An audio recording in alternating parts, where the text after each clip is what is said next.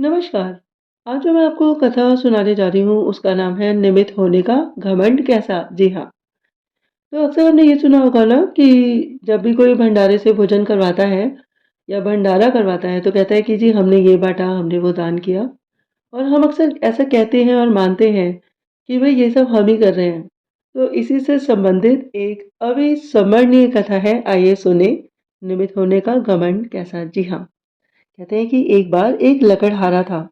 वो रात दिन लकड़ियां काटता, मगर कठोर परिश्रम के बावजूद उसे आधा पेट ही भोजन मिल पाता था।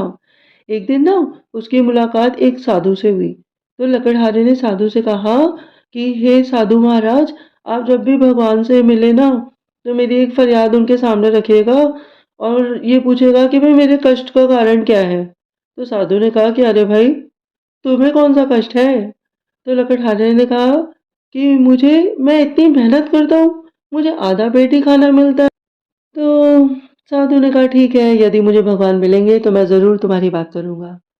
तो ये कहकर साधु तो वहाँ से चला गया, किंतु कुछ दिन बाद जो साधु था वो फिर से लकड़हारे को मिला। तो लकड़हारे ने उसे फिर से अपनी फरियाद याद दिलाई।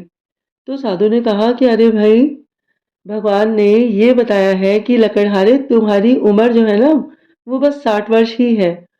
तो तुम्हारे भाग्य में सिर्फ 5 बोरी अनाज है, इसलिए भगवान तुम्हें थोड़ा-थोड़ा अनाज देते हैं ताकि तुम 60 वर्ष तक जीते रहो। तो समय बीता गया, वो जो साधु था वो लकड़हारे को फिर मिला। तो लकड़हारे ने कहा साधु से कि ऋषिवर, अब जब भी आपकी भगवान से बात हो ना तो उन्हें मेरी ये फरियाद पहुंचा देना कि मेरे जीवन का सारा अनाज, जितना भी मेरे जीवन में बाकी अनाज रह गया है, वो सब मुझे एक साथ दे दें, तो कम से कम मैं 1 दिन या 2 दिन तो पेट भर के भोजन खा सकूँ। तो साधु मुस्कुराया और साधु ने कहा कि ठीक है, मैं कह दूँगा। तो साधु ने ऐसा ही किया। तो कहते हैं कि उस साधु ने भगवान से कहा कि इस लकड़हारे को इसके हिस्से का पूरा अनाज दे दीजिए। तो लकड़हारे के घर ना ढेर सारा अनाज पहुँच गया। लकड़हारे ने समझा कि भगवान ने उसकी फरियाद सुन ली है, तो उसे उसका सारा ही हिस्सा भेज दिया है। तो उसने क्या किया कि उसे कोई कल की चिंता नहीं की। उसे ये सोचा कि भाई जिस तरीके से मैं रोज आधा पेट खाना खाता था तो मेरी भूख नहीं मिटती थी, मेरे जैसे कितने ही फकीर, कितने ही गरीब बैठे हैं, क्यों ना मैं भूखों को अन्न खिला दूं और खुद भी भरपेट खा लूं। तो उसने भी यही किया कि उसने वो जो अनाज भगवान ने उसको भेज दिया था, तो वो उसने उस अनाज से फ़कीरों को, गरीबों को भर पेट खाना खिलाया। तो जब अगली सुबह हुई, तो उसने क्या देखा कि उसके दरवाज़े पर फिर उतना ही अनाज, जितना उसे खिला दिया था, उतनी सारी बोरियाँ वैसे की वैसे पड़ी थी। तो उसने देखा कि भई अब अनाज फिर से आ गया है, तो उसने फिर वही किया कि गरीबों को और फ़कीरों को फिर से खिला दिया। अब तो ये सिलसिला रोज़-रोज़ चल पड़ा। लकड़हारा लकड़ियाँ काटने जाता और जब वापस आता तो गरीबों को खाना खिलाने में व्यस्त हो जाता। तो फिर क्या हुआ कि कुछ दिन बाद वो जो साधु थे, वो लकड़हारे से मिलने आए। तो उन्होंने लकड़हारे को देखा, तो उस लकड़हारे ने साधु से पूछा कि ऋषिवर, आप तो कहते थे मेरे जीवन में बस 5 बोरी अनाज है, लेकिन अब तो हर दिन मेरे घर में ना 5 बोरी अनाज आ जाता है। तो साधु ने समझाया कि तुमने ना अपने जीवन की परवाह नहीं की। तुमने ये नहीं सोचा कि ये 5 बोरी जो आटा है या अनाज है, ये तुम्हें अपने 60 वर्ष की आयु तक चलाना है। तो तुमने क्या किया?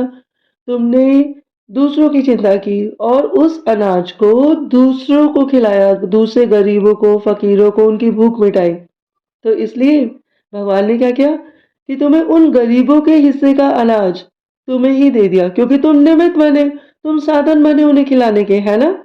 तो जब तुम दूसरों पे कृपा कर रहे थे तो भगवान ने तुम पर कृपा कर दी। तो दोस्तों ये जो कथा थी ये तो यहीं पर संपूर्ण हो गई। इसका सार क्या है?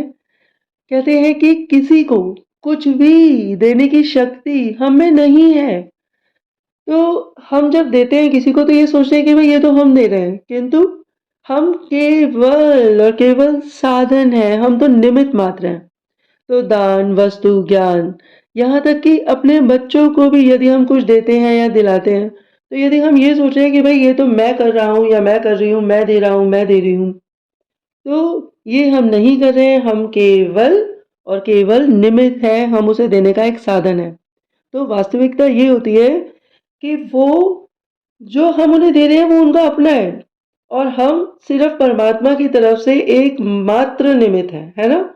तो इसलिए यदि हम परमात्मा की तरफ से एक साधन है जो उनको ज्ञान दे रहे हैं, वस्तु दे रहे हैं या दान दे रहे हैं, तो फिर हमें उस बात पे घमंड नहीं करना चाहिए। दान किए से जाए दुख, दूर होए सब पाप, नाथ होकर द्वार पे दूर करे संताप। जय जय श्री राधे। तो आपने मेरी कथा को बहुत ही प्रेम पूर्वक सुना। आपके अंदर बैठी आपकी आत्मा को, आपकी ऊर्जा शक्ति को मेरा बारंबार प्रणाम है। बहुत बहुत धन्यवाद, बहुत बहुत धन्यवाद।